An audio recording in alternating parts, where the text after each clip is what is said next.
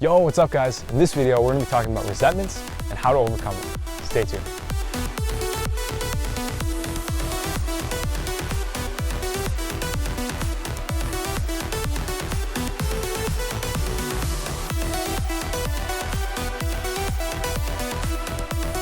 Yo, what's up guys? Welcome back to another episode here at Sobriety University.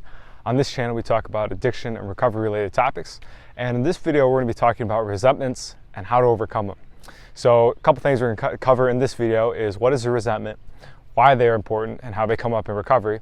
And then most importantly is how to get rid of them so they never come back and continue to wreak havoc on our lives. So before we begin, I ask that you please help grow the channel by subscribing and sharing it to friends or family that might be dealing with addiction. We're doing pretty well, we're steadily growing, so let's keep this going. So the first thing, what is a resentment? Great question. So what a resentment is a ton of anger, a ton of pain and anguish stored at an event or maybe a situation. Most often it comes up with a person. It can also be like establishments, it can be experiences, basically anything that's happened in the past where I'm still freaking pissed about it. And the first thought that might come to mind is, well dude, everyone's pissed at shit. It's kind of the issue.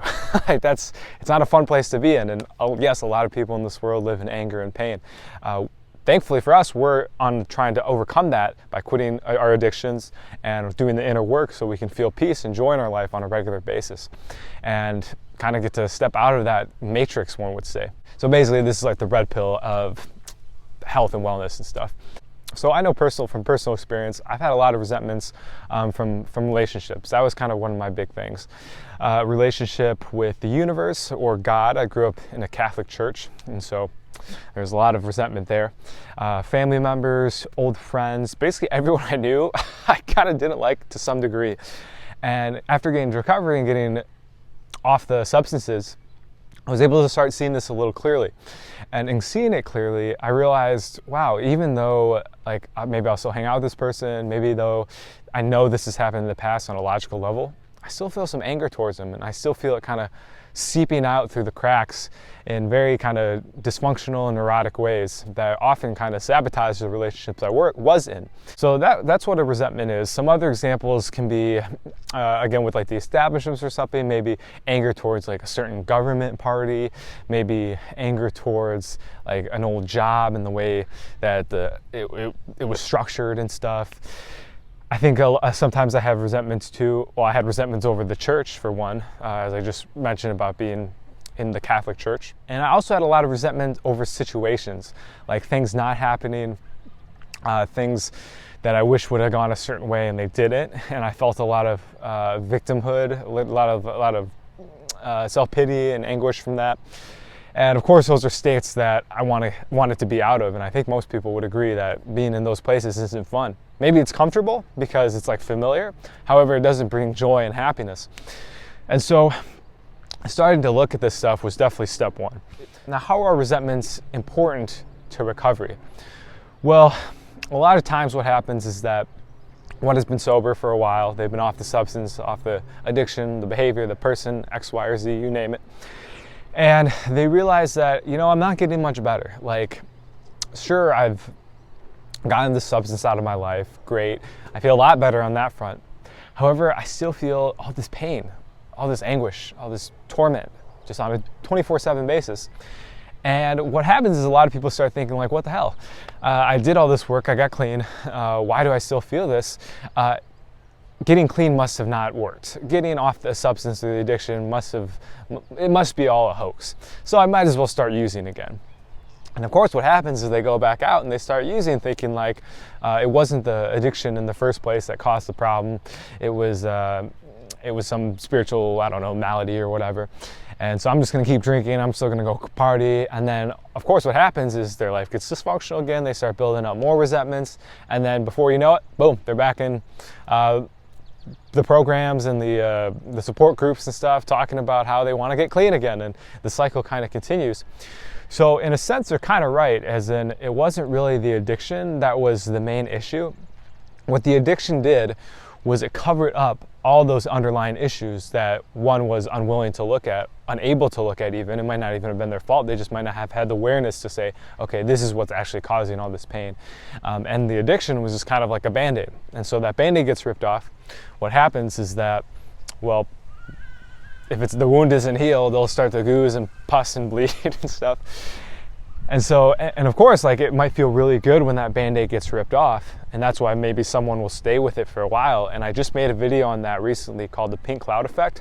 I'll link it below in the description. I recommend checking that out. It kind of explains how one feels really good after getting clean, and then after a while, well, it fades. So definitely check that video out if you want some more information on that, and it'll kind of tie into this subject as well. So after the pink cloud fades, what's left is that pain, the hurt from childhood. A lot of it is from childhood, I'll be honest. It's not easy, and I know I'm talking about this pretty loosely. It's a lot of work, and it can be very painful, and it's like, what the hell? Like, how is this? This is not what I signed up for. However, there's a little voice in the back of the head, in the heart, in the soul, wherever it may be, that says, just keep going, the relief will come. And usually, the relief does come in waves, of course. Like with each issue, a new wave of relief comes and release, and then life change starts to change on the outside, which is really exciting. And then, of course, another resentment will pop up, and it's like, okay, I gotta deal with this one. So after covering that, now we're gonna dive into how, the big question, how to fix these resentments, how to get rid of them, how to expel them from our being. And this is really where the work comes in. However, it's quite simple. So what the saying is, it's simple, not easy. It won't be easy. However, there are pretty logical steps one can take to get over this. So the first step is going to be writing out all the resentments, A to B. Who am I angry at? Why am I angry at them? How that situation, event, person made me feel when X, Y, or Z happened. So that's the first step, writing that out. And so I struggle with OCD, so this is something, not so much anymore. I really had it early on in life, and I was able to address it once I got clean. So when I did the first resentments, I had about 230, 40 people on the list, including a couple establishments as well. And it was just too much. And so what I had to do was kind of dial it back. So I did the whole resentments, every single one, 0 to 240, and step 2 in this process is going to be beginning to talk about it with someone. Now, this can be someone in therapy, like maybe I hire someone to do therapy and they're the one that is going to listen to this list. It could be somebody like a recovery coach, somebody like in the support groups. I'll link another video down below about the power of support groups and getting a coach, sponsor, mentor, and how that has just been super key. One is free, they're just like willing to help, and then you get to do it to somebody else as well. And they walk you through the program and how to have long-term sobriety. And then this is the person that you take your resentment list to. And again, this is really important because keeping it inside, keeping it locked away is not going to be conducive to healing, to growth, to expanded awareness. And a huge burden of this process is getting to share all this with a person, being like, hey man, shit, I've been holding on to this stuff for so many years, blah, here it is. And what I usually found, and what most people find, is the person that's listening is pretty non-judgmental.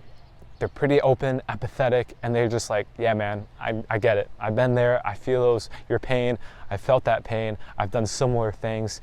You're not a bad person.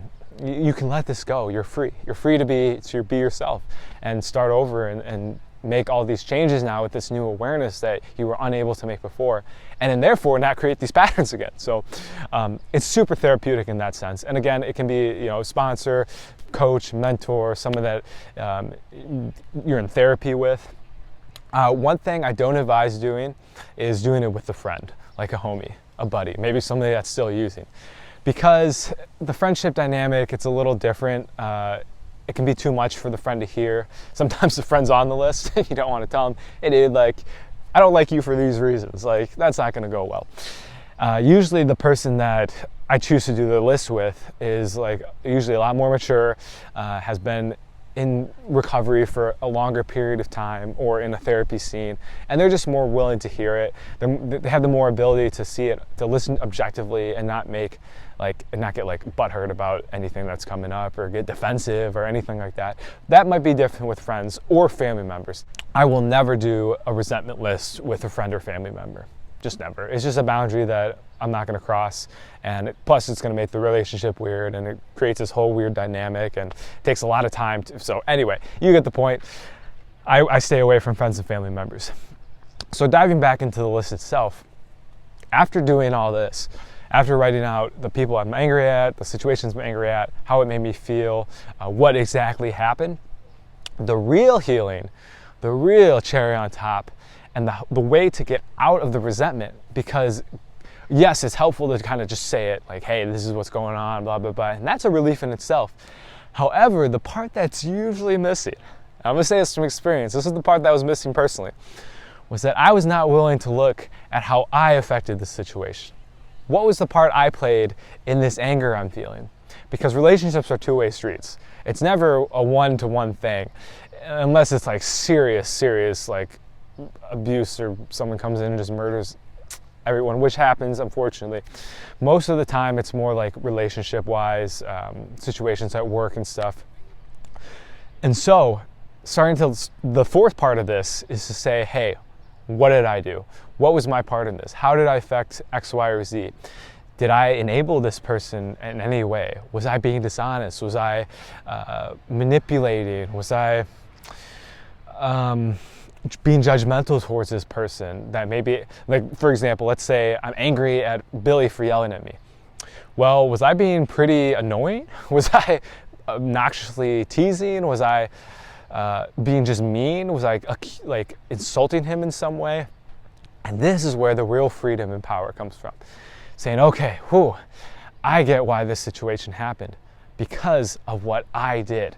Of course, the other person's involved. We already got that out in the first kind of part of this exercise in writing out why they were angry. We get it. They did stuff as well. However, where I'm going to find peace is saying, how did I play a part in this situation?